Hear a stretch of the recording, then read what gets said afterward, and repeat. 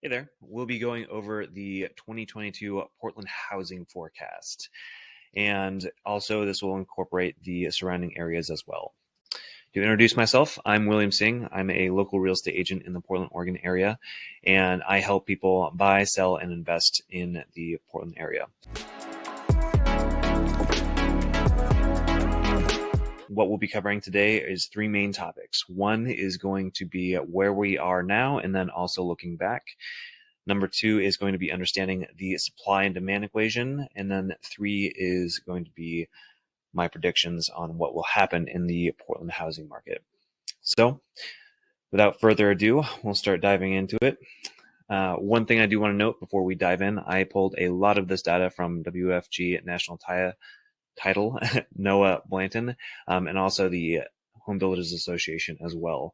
I'm going to be pulling a bunch of other data, but this is going to be very data heavy. So if you want to skip near to the end to kind of just get the predictions and overall feel of things, feel free to do so. So with this, we have this rolling 5-week average of listings and pendings. So in 2019, that was much more of a quote unquote normal market for us. You'll notice that there is a large difference between this blue line, which is the supply, and then the orange line that is the demand. So you'll note we have quite a bit more inventory during this time period as well. And then as we kind of enter into 2020 and 2021, these lines get very close together. What that means is that there's not really enough time for us to get enough into the market or listings into the market. So there's much less supply. This has continued throughout 2020 and through a majority of 2021. Moving forward, this is a chart kind of going over how much over asking houses were. And you'll notice that we're kind of starting in this January of 2020. And obviously that was kind of a not quite when the pandemic hit, but then once we kind of hit into this next year, 2021, February, you start seeing this skyrocket. So this is one of those things where it did go up quite a bit, and then it has come down and kind of normalized to a certain degree. So this was really the time to sell if you wanted to, but just know that you're still able to sell. It might just be something where as the market's being pulled up, we're not going to be seeing these crazy over askings like 100 to 150 over asking. And just know that it will normalize to a certain degree and will be cooling off to a certain degree. Mind you, that last year was a huge anomaly in terms of appreciation. We were anywhere between 16 to 18% appreciation throughout the entire year, which is insane when you think of the 30-year or 50-year average hovers closer to anywhere between the 5 to 7%. So that's almost triple in most cases and almost quadruple in other areas too. So realize this is an anomaly. It's still a good time to sell right now. It is just one of those things where you have to really set your expectations of you're not going to be potentially getting way over asking. But that's also because the median and average home sales have actually gone up significantly as well. So you're still going to be able to cash out. So this is a chart kind of going over the cycles of real estate. This is one of those things that you'll notice we have the first phase, which is recovery. This is kind of after like the 2008 market where everything kind of crashed, but then we're then moving up along this axis towards expansion. This is phase two. So this would maybe be closer to the 2000, maybe 11, 12 time period for Portland. And then this is where prices will start going up quite a bit. And this is all the way until essentially now. And then we hit phase three. This is kind of like there's a breaking point or maybe a teeter-totter where we're currently on of whether or not we'll have enough hyper supply where it will then quote unquote be a bubble, or it's something where the prices will kind of cool down to a little bit. So this is when the price growth is positive but declining. So it's still maybe going up, but it's not going down too much. So this is when we're then hitting phase 4, which is recession. And this is when the inflation we're below inflation and negative price growth. So this is something where houses are depreciating. One thing I do, and I'll be kind of getting onto this in the next slide, but you'll notice that, so this is a chart of kind of understanding the ebbs and flows. You're going to notice, if we're looking at 1992, that even if, like, let's say that over time, you're still going to see a much more upward trend overall. So when you think about, hey, when's a good time to buy? It's really more of a matter of like, how long do you actually want to hold on to that property, and how long can you hold on to that property? So with that in mind, you'll notice in kind of like the recession period, we're in this recession, the kind of the phase 4, and then we're going into recovery around 2012 in the Portland market, and then we're in this giant expansion. So 2019 was really where we were kind of having some, the market was definitely slowing down to a certain degree, and we're seeing things kind of recover to a certain degree. And then we have the pandemic hit, and this is where the market started just kind of going way up. And one thing to note is that we're still kind of on this kind of teeter-totter of whether or not we're still in hyper supply or whether or not we're still in expansion. As I wish I had a crystal ball to kind of let you know where we're at. But in terms of kind of, I'll be diving into this a little bit more during the supply and demand equations, but just one of those things where we did technically have a short recession within the pandemic, but it might be something where we may be continuing to go up in terms of prices and whatnot for a prolonged period of time because of what the pandemic did to accelerate certain trends. So with that, we're going to be diving into the supply and demand equation. So this is one of those things where I try to explain all of kind of the factors that go into this. And it's a good thing for you to understand a little bit more about this as well. So that way you can kind of have an educated guess of where the market is going and where you believe it to be going. So these are kind of the 5 main demand factors. So house prices, this is one of those things where if prices are low or maybe they're too high, then it's harder for people to buy them.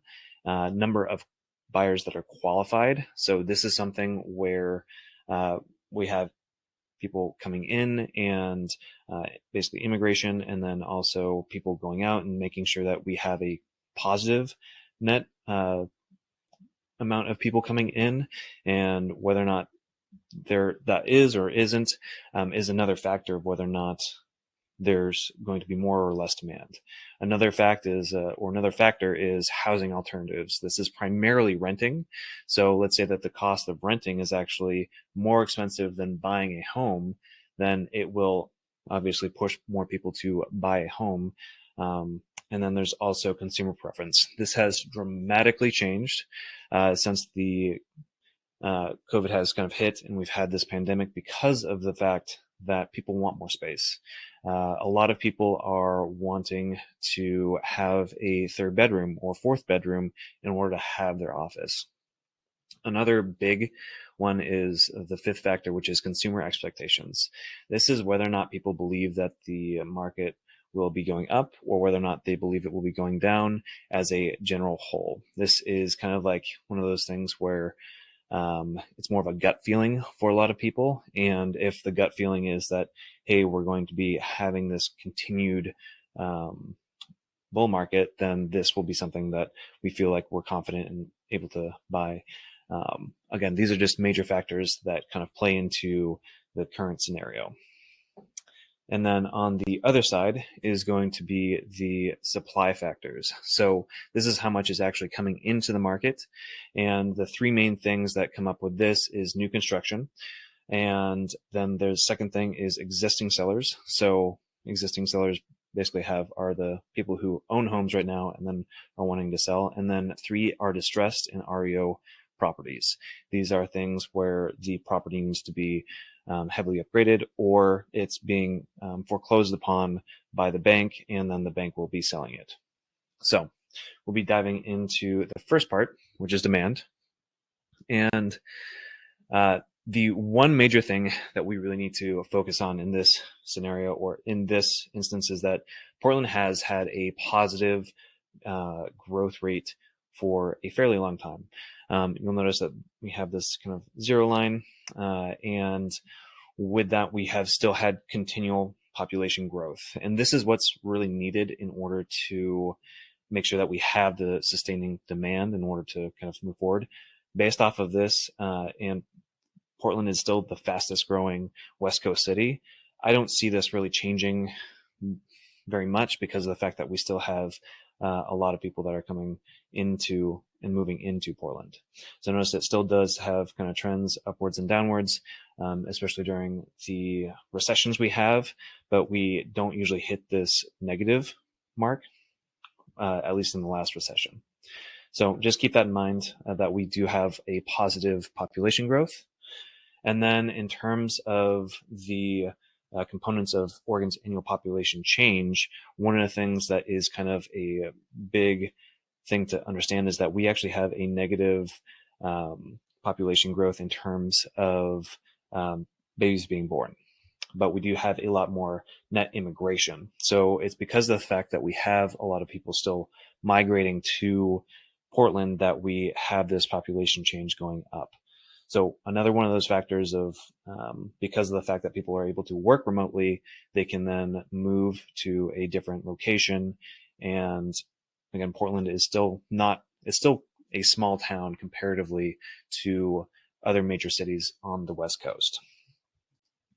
So one of the other things that I do want to note is we have these 5 quartiles, or quintile, I should say, not quartiles. And this is one of the things, a fun factor or a fun chart to understand in terms of people working at home. And it's based off of how their essential income. So in this case, you'll notice that when you get to this middle quintile, fourth quintile, and top quintile, there are a lot more people working from home. That means that more qualified buyers typically are able to purchase homes, and they are looking for the homes that are able to accommodate the fact that they do work from home. So more space, more bedrooms, and things of that nature. So it does put an upward trend on single family homes because of the fact that most townhomes and even condos usually only max out at around 3 bedrooms, and typically they're closer to either a 1 or 2 bedroom place. So that's usually not super ideal for a lot of individuals who are wanting to have a home office, whether or not they are looking to start a family or things of that nature. They just need more space. So with that in mind, one of the things to also understand is the demographics of who is wanting to buy homes.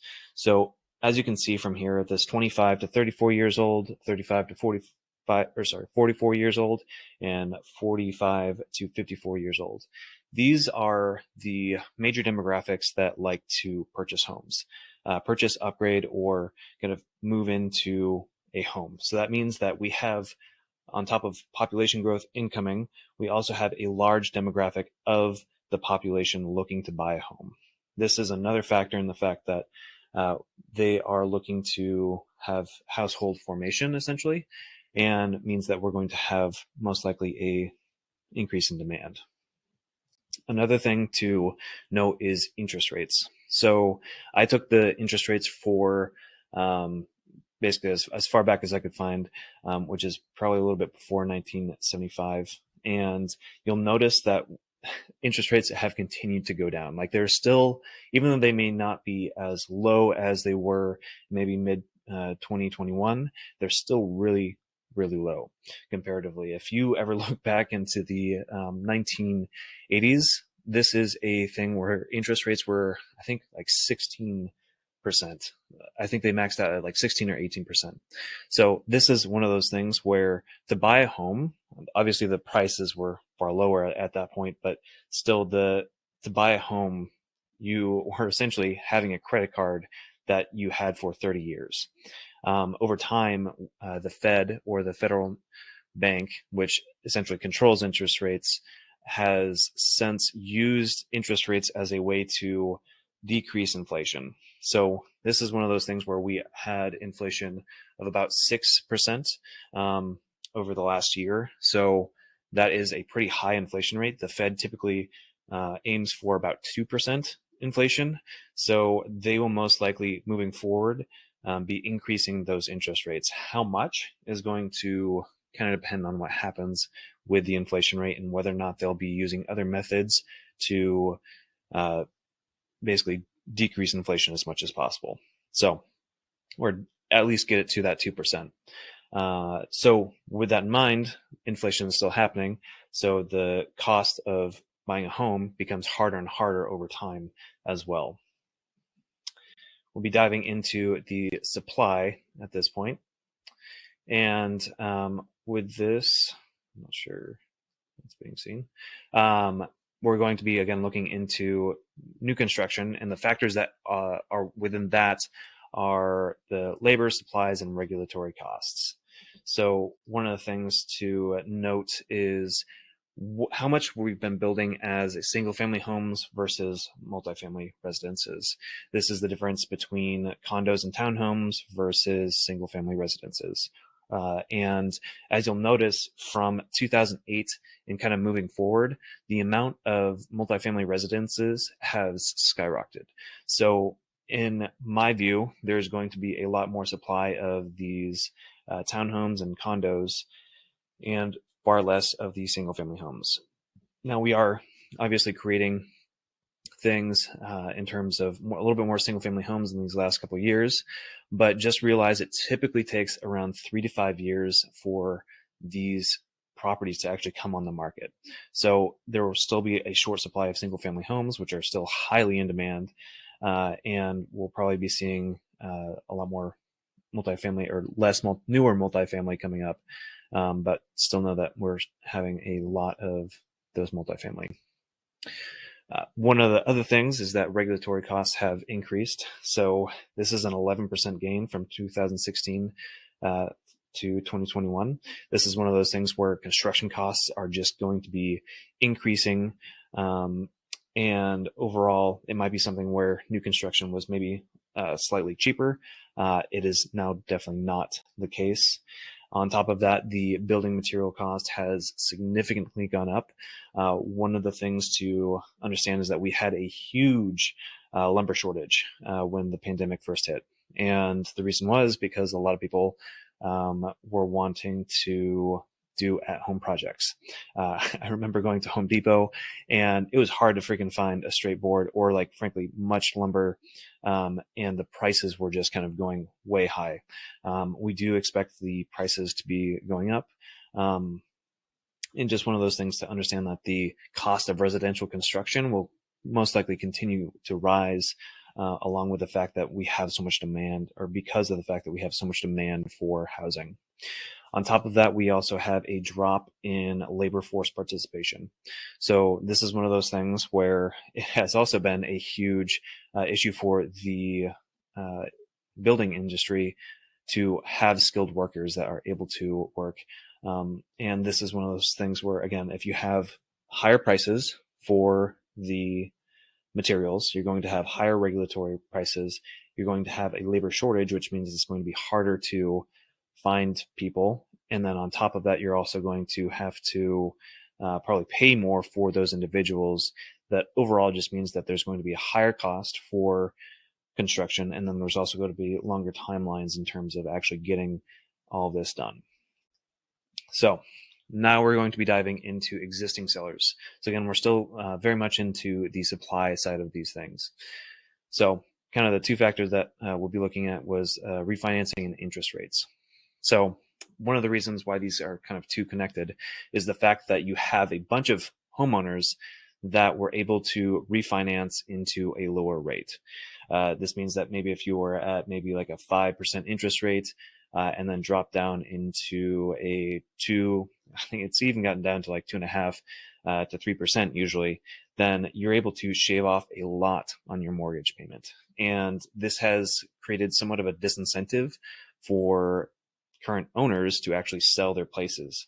The reason being is that it'll be, if interest rates continue to go up, it means it will be harder for them to actually sell their place and then buy another place and then have a mortgage payment that is equal to or maybe slightly above or even less. So it is one of those things just to understand, like if you have the individual who is wanting to upgrade into something, their price might be going up, but it might be something where instead of upgrading to something, they just say, hey, even though the construction cost will be a lot, it'll be actually cheaper for me to still maybe add an addition to my home and pull out equity to pay for that. So just one of those things to kind of understand a little bit more. And then in terms of months of inventory, so this is another one of those things where it compares 2019 to 2020 and 2021. Within these last two, one of the things to note is that I think we were at 0.8 in November and then 0.6 in December. So that is a huge drop from 2019. So in a regular market for us, 2 to 4 months of inventory was kind of like a healthy market. It was still very much a seller's market, but it's much less of a seller's market. Kind of the break-even point for us is about 6 months of inventory. That's when it moves from a seller's market to a buyer's market. We haven't been there for a long time, and based off of this, it will take quite a bit of listings in order to get us back to that point. So one of the things that I get a question about, or like, hey, there's going to be a bunch of distressed properties kind of coming up.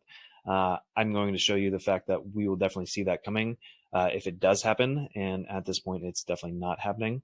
And this is based off of the mortgage delinquency along with unemployment. These are kind of two major things that factor into distressed and REO properties. And REO stands for essentially bank-owned properties that someone can't pay the mortgage, and then the bank will bring it back. So one of the things to note here is this is a chart that goes over the mortgage delinquency along with unemployment rate. So as you'll notice, these both sharply rose right as the pandemic was starting and kind of held on for a little bit, but then sharply dropped back down. So this is another one of those things where a lot of people were really scared about what to do. And there was a moratorium that was put on, or maybe not moratorium, but owners had the ability to add payments to the end so that way they didn't have to pay and essentially go into forbearance. A lot of people, I think probably around 80 to 85%, I can pull more stats as needed, or if you have any other, if you want those stats. And a lot of people basically did that 80 to 85%. And immediately, that was just more for protection. They had the money, they could still pay for it. They just wanted to kind of maybe add some more in reserve and didn't know exactly what was going to happen to the world, as a lot of us didn't know. And with that, we also have the unemployment rate. So typically when unemployment rate is higher, that means that there is going to be a larger amount of people who cannot pay for their mortgage. And in this case, both of those sharply decreased. So there's not a lot of mortgage delinquencies. One of the ways that we will be able to see whether or not there would be a huge wave of mortgage delinquencies is the fact that we can look at these delinquency rates. It takes a long time for a bank to actually take back a home. Typically, I think it's around 6 to 8 months it takes to actually get a home back. There's a lot of time in between where you can kind of settle things with the bank and actually bring it back. So with that in mind, with Portland, we're at about 0.4. And as a nation, the median is about 1. So if you are in Texas or Laredo, Texas, I'd be a little bit worried about having a lot of inventory coming on. But because of the fact that we do have fairly low delinquency rates, there's not going to be a huge influx of properties that will be coming onto the market. We will obviously see a large change in this number if it is something where that does change. I mean, that's kind of quarter by quarter. But even so,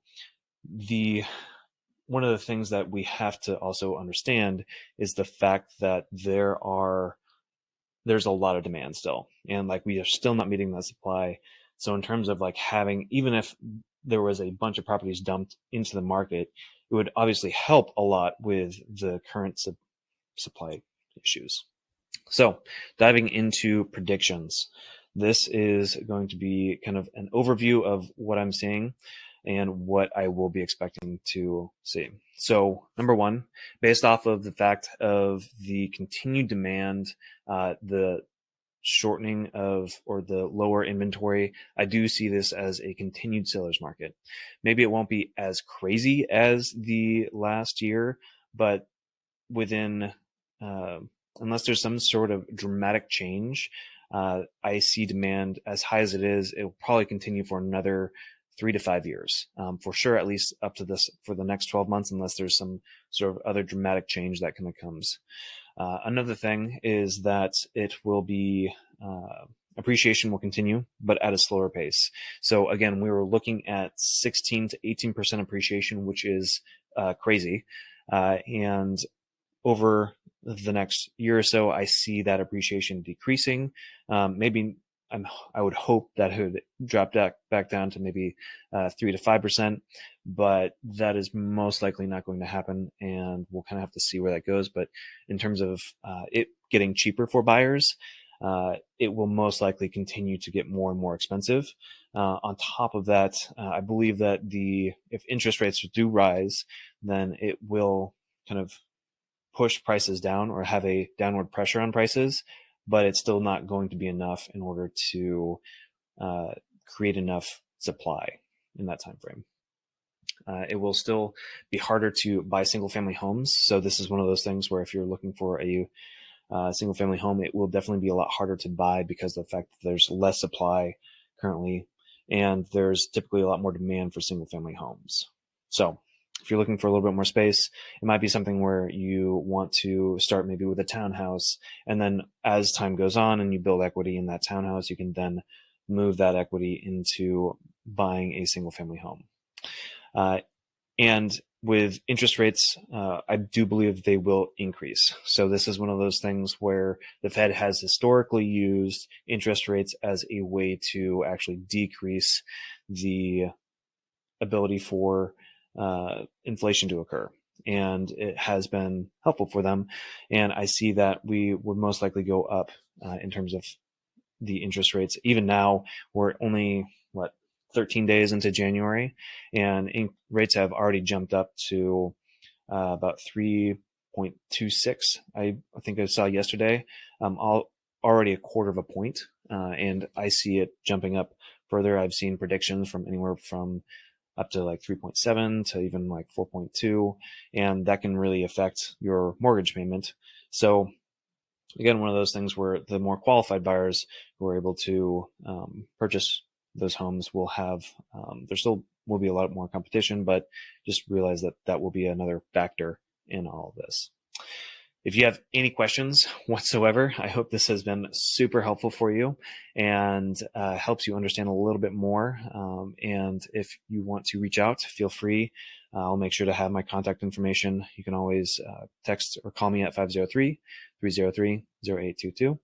And I will also be available via email and also on Instagram, Facebook, and we'll be adding this actually to YouTube as well. So I hope you have a wonderful rest of your day.